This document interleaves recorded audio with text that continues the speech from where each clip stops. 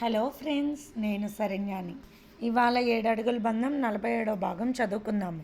రచించిన వారు మీనా ముక్తేశ్వర్ గారు. తాతగారు అడుగుతున్న ప్రశ్నలకు నిజం చెప్పాలా వద్దా అని ఆలోచనలో పడ్డాడు కృష్ణవర్మ. దామోదర్ వర్మ గారు చూసి, ఉన్నమాట ఉన్నట్టు చెప్పు కృష్ణవర్మ అంటూ గట్టిగా అడిగారు. ఎప్పుడూ తాతగారు నోటి వెంట అంత గట్టిగా మాటలు వినలేదు కృష్ణవర్మ.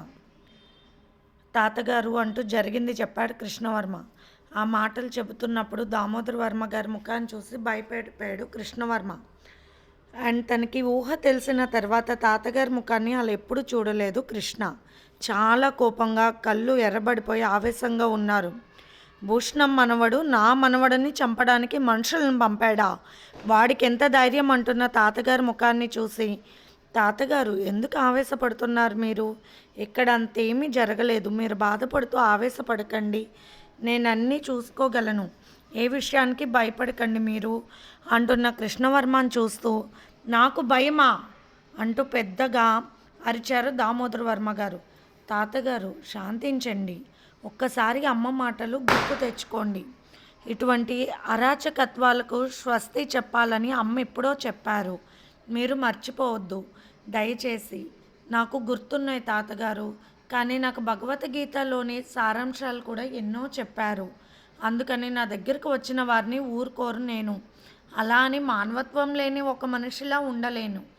అటు అమ్మ చెప్పిన మాటలను ఎన్నడూ మీరలేను నేను అన్నాడు కృష్ణవర్మ. మీరు కూడా ఏమీ ఆలోచించవద్దు దాని గురించి, మర్చిపోండి అంటూ తాతగారికి భోజనం పెట్టలేదా అంటూ లోపలికి వెళ్ళాడు కృష్ణవర్మ. దామోదర్ వర్మ గారి ముఖం కోపంతో రగిలిపోతూ ఉంది. నా మనవడు రక్తం కళ్ళ చూస్తాడా వాడు? నా కుటుంబం మొత్తాన్ని నాశనం చేశారు. జీవచ్చంలా ఉన్న నేను ఏమీ చేయలేను అనుకుని మళ్ళీ నా మనవడి మీదకు వస్తున్నారు. వాళ్ళు మాట తప్పారు, తల్లి రాధికాదేవి. అందుకే నేను కూడా నా నిర్ణయాన్ని మార్చుకుంటున్నానని మనసులో అనుకుంటున్నారు దామోదర్ వర్మ గారు. ఇంతలో పని మనిషి భోజనం తీసుకువచ్చింది. ఇదిగో రంగమ్మ, ఒక అడ్రస్ చెప్పారు దామోదర్ వర్మ, అక్కడికి వెళ్ళి తిరుమల రాజుని నేను రమ్మన్నానని కబురు పంపించు. బాబు అక్కడికి ఎందుకు అంటూ భయపడిపోయింది రంగమ్మ. భయమేమీ అక్కర్లేదు రంగమ్మ, నేను రమ్మంటున్నానని మాత్రం చెప్పండి చాలు. నీ కొడుకు ఇప్పుడు వస్తాడు కదా, వాడిని పంపించి కుదిరితే తీసుకురమ్మని చెప్పని కోపంగా చెప్తున్న దామోదర్ వర్మ గారి వైపు చూసి భయపడిపోయింది రంగమ్మ. ఈ విషయం కృష్ణవర్మకు తెలియాల్సిన అవసరం లేదు, గుర్తుందా అన్నారు కళ్ళు పెద్దవి చేసి. అలాగే పెద్దయ్య గారు అంటూ భయపడిపోతూ వెళ్ళింది రంగమ్మ. ఇంతలో రంగమ్మ కొడుకు సూరిబాబు వచ్చాడు. కొడుకుకి చెప్పి పంపించింది రంగమ్మ. లోపలికి వెళ్ళిన కృష్ణవర్మకి ఏమీ అర్థం కావడం లేదు. నా వలన రాజశేఖర్ కుటుంబంలో ఏ ఒక్కరికి ఆపద రాకూడదు, నేను దూరంగా ఉండక తప్పదు, మధుభూషణం గోల తీరే వరకు అనుకున్నాడు. కానీ బాధగా అనిపించింది మనసుకు. రోజు శ్రావణిని చూస్తూ ఉన్నాడు ఈ మధ్యన, కానీ నిన్నటి నుంచి వెళ్ళలేకపోయాడు. శ్రావణి, నా వల్ల నీకే ఆపద రాకూడదు అంటే నేను కొన్నాళ్ళు నీకు దూరంగా ఉండక తప్పదు. నిజమైన ప్రేమ మనది అయితే మరి ఎవరు వేరు చేయలేరు అనుకుంటూ ఉన్న కృష్ణవర్మ తల మీద గాయం బాగా నొప్పుట్టింది. తనపై దాడి చేసిన వాళ్ళలో ఒకడు ఇనుప గొట్టం పెట్టి కొట్టాడు తలపై. తప్పించుకున్నా కూడా పక్కగా దెబ్బ తగిలింది. తను గమనించుకోలేదు, ఇప్పుడు నొప్పి పుట్టేదాకా తెలియలేదు అనుకుని కాంపౌండర్కి ఫోన్ చేశాడు. కృష్ణవర్మకు ఇంజెక్షన్ చేసి ట్యాబ్లెట్ వేసి వెళ్ళాడు కాంపౌండర్. రాజశేఖర్ నిలయం నుండి బామ్మగారు ఫోన్ చేస్తే వెళ్ళి చేయాల్సిన ఇంజెక్షన్లు, ఇవ్వాల్సిన బిల్లల గురించి చెప్పాడు కృష్ణవర్మ. ఈ విషయం చెప్పకు అన్నాడు కృష్ణవర్మ. కాంపౌండర్ హాస్పిటల్కి వెళ్ళగానే రవివర్మ ల్యాండ్లైన్కి ఫోన్ చేశాడు. కృష్ణవర్మ గారు ఇంకా రాలేదు అని చెప్తే బామ్మగారికి ఏదో ఇంజెక్షన్ చేయాలంట కదా అన్నారు రవివర్మ. కాంపౌండర్ ఏమీ చెప్పకుండా అన్నీ తీసుకుని వెళ్ళాడు వాళ్ళ ఇంటికి అరగంటలో. ఏమిటి నువ్వొచ్చావు అన్నారు దుర్గమ్మ గారు కోపంగా. కృష్ణవర్మ గారు లేరండి, రాలేదండి అని చెప్పాడు. శ్రావణి పైనుండి అతని వైపు చూస్తోంది. కృష్ణవర్మ గారి గురించి మాటలు విన్నాక వస్తారేమోనని పైనుండి ఎదురు చూస్తూ ఉంది. శ్రావణి కళ్ళల్లో బాధను గమనించారు ధరణి, గీతిక. కానీ ఏమీ మాట్లాడలేకపోయారు. పరిస్థితులు అలా ఉన్నాయి మరి. కాంపౌండర్ ఇంజెక్షన్ చేయగానే అబ్బా అంటూ అరిచారు దుర్గమ్మ గారు.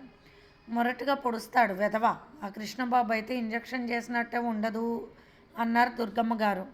కాంపౌండర్కి కోపం వచ్చి ఆయనే వచ్చేవారు కానీ అంటూ ఆగిపోయాడు.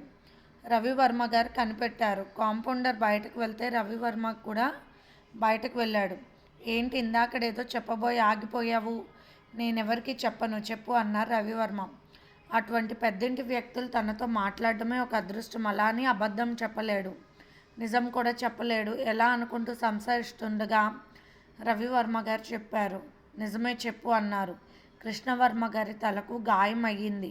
ఆయనకి ఇంజెక్షన్ చేసి ట్యాబ్లెట్ వేసి వచ్చాను సార్. నేను చెప్పానని చెప్పకండి. కృష్ణవర్మ గారు చెప్పొద్దు అన్నారు. ఏమిటండి బయట నిలబడ్డారంటూ ధరణి వచ్చింది. కాంపౌండర్ వెళ్ళిపోయాడు. ధరణి, ప్రమాదం అనేది పొంచి ఉన్నది అనుకున్నాము. కాదు, కృష్ణవర్మకు ప్రమాదం తప్పింది ప్రస్తుతానికి. నాకు చాలా బాధగా ఉంది. కృష్ణవర్మ చాలా మంచి మనిషి. కృష్ణవర్మ నాకు స్వయాన తోడుబుట్టిన వాడిలా అనిపిస్తాడు. ఏదో తెలియని ప్రేమ కలుగుతుంది. శ్రావణి అంటే కృష్ణవర్మకి ఎంత ఇష్టమో కూడా తెలుసు. అలాగే కృష్ణవర్మ అంటే శ్రావణికి ఎంత ప్రాణమో తెలుసు. ఇదంతా తీసి ఒక పక్కన పెడితే గీతిక విషయంలో జాగ్రత్తగా ఉండాల్సిన అవసరం వచ్చిందని అనిపిస్తుంది నాకు అని ధరణితో చెప్పాడు రవివర్మ. ధరణి తమ అభిప్రాయం చెప్పింది. పోలీస్ స్టేషన్లో కేసు పెడితే సరిపోతుంది. మా కుటుంబంలో ఏ ఒక్కరికి చిన్న దెబ్బ తగిలినా కూడా కారణం వారే అన్నట్లు. వద్దు ధరణి, అది మంచి పద్ధతి కాదు అన్నారు రవివర్మ గారు. కృష్ణవర్మకు ఫోన్ చేద్దాం అనుకుంటున్నారు రవివర్మ గారు. శ్రావణి కృష్ణవర్మకు ఫోన్ చేసింది. కృష్ణవర్మ చూసి ఫోన్ ఎత్తలేదు. అప్పుడే రవివర్మ గారు కూడా చేస్తున్నారు ఫోను. కృష్ణవర్మ చూడనట్టు ఉండిపోయాడు. రవివర్మ గారికి బాధ అనిపించింది. కృష్ణవర్మ నిజంగా శ్రీకృష్ణుడు లాంటి మనస్తత్వం ఉన్నవాడు. అందరి మంచి కోసం తన ప్రాణాలు సైతం అర్పించగలవాడు. అదే నా తమ్ముడైతే నేను పట్టించుకోకుండా ఉండగలనా? తను ప్రేమిస్తున్న అమ్మాయి కుటుంబం మొత్తం బాగుండాలని ప్రతి ఒక్కటి పట్టించుకుని శ్రద్ధగా చేశాడు కృష్ణవర్మ. ఒక రకంగా ఈనాడు గీతిక ఆనందంగా ఉండడం, తద్వారా రాజశేఖర్ నిలయం సంతోషంగా ఉండడానికి కారణం కృష్ణవర్మ. అతనికి కష్టకాలం అప్పుడు మేమంతా ఉన్నామని ఉండాలి, కానీ అలా అతని చుట్టూ చీకటి తెరలు అలుముకున్నాయని భయంతో ఉండకూడదు. కృష్ణవర్మ నిన్ను చూడకుండా నేను ఉండలేను అనుకున్నారు రవివర్మ. శ్రావణి కళ్ళు ఎర్ర కలువ పువ్వుల్లాగా అయిపోయాయి. ఎలా ఉంది కృష్ణ మీకు? కృష్ణయ్య, ముందు జరిగే కథ మొత్తం నీకు తెలుసు. అలాంటప్పుడు నన్ను కృష్ణ గారిని ఎందుకు కలిపావు? ఈరోజు నా మనసులో ప్రేమ నన్ను నిలవనివ్వడం లేదు. ఆయనను చూడకుండా నేను ఉండలేను. అందులో ఆయనకి దెబ్బ తగిలిందని తెలిసిన దగ్గర నుంచి నా మనసు నిలవడం లేదు కృష్ణయ్య. దయచేసి నాకు కృష్ణ గారిని చూపించు అంటూ కన్నీళ్ళు పెట్టుకుంది శ్రావణి. ధరణి, శ్రావణిని చూడు వెళ్ళి ఒకసారి అన్నారు రవివర్మ గారు. ధరణికి ఎంతో బాధగా ఉంది. ఇప్పుడు శ్రావణి ముఖం చూస్తుంటే కృష్ణవర్మ గారిని ఎంత ప్రేమించిందో ఆమెకు అర్థమైంది. ఇంటికి పెద్ద అల్లుడు ఎలా ఉండాలో అలాగే ఉన్నారు బాధ్యతగా రవివర్మ. నిజానికి కృష్ణవర్మను చూసి నేర్చుకున్నారు రవివర్మ. అలా తను కోరుకుంటున్న అమ్మాయి కుటుంబం కూడా పట్టించుకోవాలని. ఆనంద్ గారికి బాధ కలిగింది. నా జీవితాన్ని చక్కబెట్టాడు కృష్ణ. అన్నయ్యకు గొడవలంటే ఇష్టం ఉండదు. కృష్ణవర్మ గురించి మర్చిపోండి అని చెప్పారు. కానీ కృష్ణవర్మ గురించి ఎలా మర్చిపోతాం? పరిచయం కొన్ని రోజులదే కానీ రాజశేఖర్ నిలయంలో సంతోషాలన్నిటికీ ముఖ్య కారణం కృష్ణవర్మ లాగా కనిపించడం లేదా అన్నయ్యకు అని కళ్ళు తుడుచుకున్నారు ఆనంద్ గారు. సుప్రజ ఆనంద్ గారి భుజం తట్టింది. ఎందుకు అలా ఉన్నారు అంటూ ప్రశ్నించింది. ఏముంది, కృష్ణవర్మ శ్రావణి ఇద్దరు ఒకరినొకరు ఇష్టపడ్డారు. ఆనాడు మనం విడిపోయి సంతోషంగా ఉండాల్సిన కాలమంతా విరహంతో బతికి ఎంత మనోవేదన చెందామో మనకే తెలుసు. ఆ పరిస్థితి శ్రావణికి కృష్ణవర్మకి రాకూడదు. ఇన్నాళ్ళకు ఒకటి అయ్యామంటే దానికి కారణం ముఖ్యంగా కృష్ణవర్మ. ఈరోజు అదే కృష్ణవర్మ ప్రేమ విఫలం అవుతుంటే చూస్తూ ఊరుకోలేను నేను. అలా అని అన్నయ్యకు ఎదురు చెప్పలేను అంటూ కన్నీళ్ళు పెట్టుకున్నారు ఆనంద్ గారు. లేదండి, శ్రావణి కూడా చాలా దిగులుగా ఉంది. తన ముఖంలో మునుపటి కాంతి కనిపించలేదు. ఎప్పుడు నవ్వుతూ చలాకీగా తిరిగే పిల్ల ఒక్కసారిగా సైలెంట్ అయిపోయింది. అత్తయ్య గారు కూడా ఒక పక్కకు తిరిగి పడుకొని బాధపడుతూ ఉన్నారు. నేను గమనించాను. అక్క దేవుడి గదిలోకి వెళ్ళి భగవంతుని వేడుకోవడం నేను విన్నాను. నిజం చెప్పాలంటే రాజశేఖర్ నిలయంలో ప్రతి ఒక్కరికి కృష్ణవర్మ అంటే అంత ఇష్టం, కానీ ఎవరు బయటపడడం లేదు, బావగారికి భయపడి అంటూ బాధగా చెప్పింది సుప్రజ. నా కడుపున పుట్టిన బిడ్డ నాకు ఈరోజు దొరికిందంటే బావగారు కారణం. పెరిగి నా బిడ్డ పరువు పోగొట్టకుండా మళ్ళీ మన ఇంటికి చేరి శుభకార్యానికి కూర్చుందంటే దానికి కృష్ణవర్మ కారణం. ఒక తల్లిగా నేను అది మరవలేను. ప్రేమించిన వాడు తను ప్రేమించిన అమ్మాయి వరకే చూసుకుంటాడు, కానీ ఆ అమ్మాయి కుటుంబం మొత్తాన్ని కూడా సంతోషంగా ఉంచాలి అనుకున్నాడు కృష్ణవర్మ. నిజంగా చాలా గొప్పవాడు అంటున్న సుప్రజ మాటలు విని నిజం, ముమ్మాటికి నిజం అనుకున్నారు ఆనంద్ గారు. డాబా మీద నుండి కిందకు వచ్చారు ఆనంద్ దంపతులు. బయట కూర్చున్న వారు కూడా హాల్లోకి వచ్చారు రవివర్మ దంపతులు. దుర్గమ్మ గారు అలాగే కూర్చుని ఉన్నారు నీరసంగా. నాకు కాలు నొప్పిగా ఉంది, నాకేమీ తగ్గలేదు, కృష్ణవర్మ రావాలి అన్నారు గట్టిగా. దేవిక గారు భయంతో చూసింది.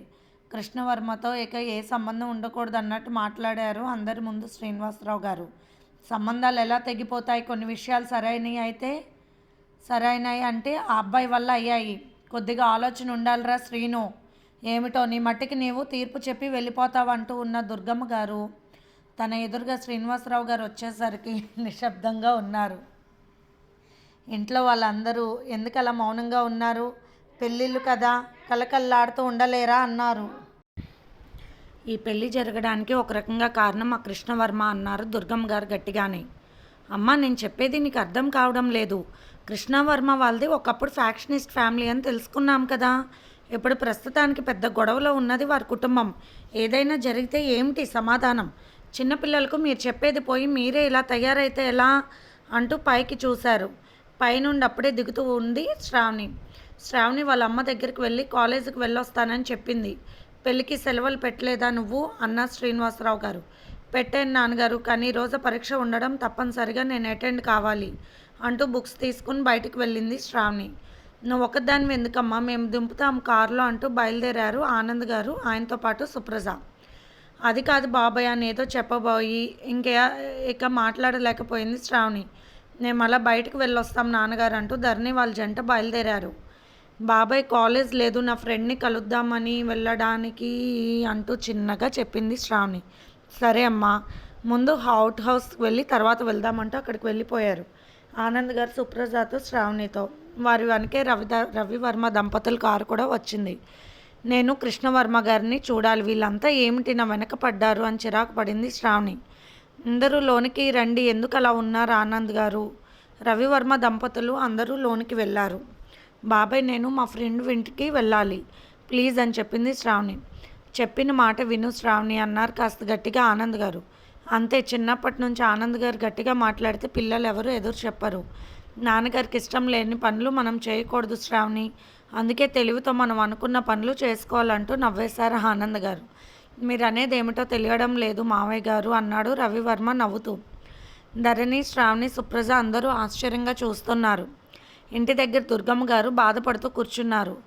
ఆమె దగ్గరే గీతిక కూడా కూర్చుంది. ఇదంతా నా వల్లే వచ్చింది, నాన్నమ్మకు చాలా కోపంగా చాలా బాధగా ఉంది, నేను చేసిన చిన్న తప్పు వల్ల ఇంత ముప్పు వస్తుందని నేను కలలో కూడా అనుకోలేదంటూ కన్నీళ్ళు పెట్టుకుంది గీతిక. దేవిక గారు, శ్రీనివాసరావు గారు కూడా అలాగే కూర్చుని ఉన్నారు. ఏమండి అని అనబోయింది దేవిక. విడిగా ఏదైనా మాటలు చెప్పు, శ్రావణి గురించి ఇప్పుడు మాట్లాడకన్నారు శ్రీనివాసరావు గారు. ఒరేయ్, మొదట మనం అందరం కూడా కృష్ణవర్మ శ్రావణికి ఈడు జోడు బాగుంటుంది అని మనమే రెచ్చగొట్టాము. ఇప్పుడు దాన్ని ఊరుకో అంటే ఎలా బాగుంటుంది చెప్పు అన్నారు దుర్గమ్మ గారు. అందుకని నా బిడ్డలను కష్టపెట్టలేను నేను. రేపు ఆ కృష్ణవర్మకి ఏదైనా అయితే నా బిడ్డ గతేమిటి అన్నారు శ్రీనివాసరావు గారు. ఒరే, గొడవలు అనేవి ఈ దుర్గమ్మ కొలువైన విజయవాడ నగరంలో కొత్త ఏమీ కాదు. ఒక విషయం మర్చిపోతున్నా, స్వార్థంగా ఆలోచిస్తున్నావు నువ్వు. నీ రెండో బిడ్డకి పెళ్లి జరుగుతుందంటే దానికి కారణం ఎవర్రా? కృష్ణవర్మ కాదా అన్నారు దుర్గమ్మ గారు. అమ్మ, ఆడపిల్లల విషయంలో నిజంగా నాకు భయం. ఫ్యాక్షనిస్టుల ఇళ్లలోకి వెళ్తే ఇల్లాలుగా వాళ్ళు పడే బాధలు నా కళ్ళారా ఎన్నో చూశానమ్మా.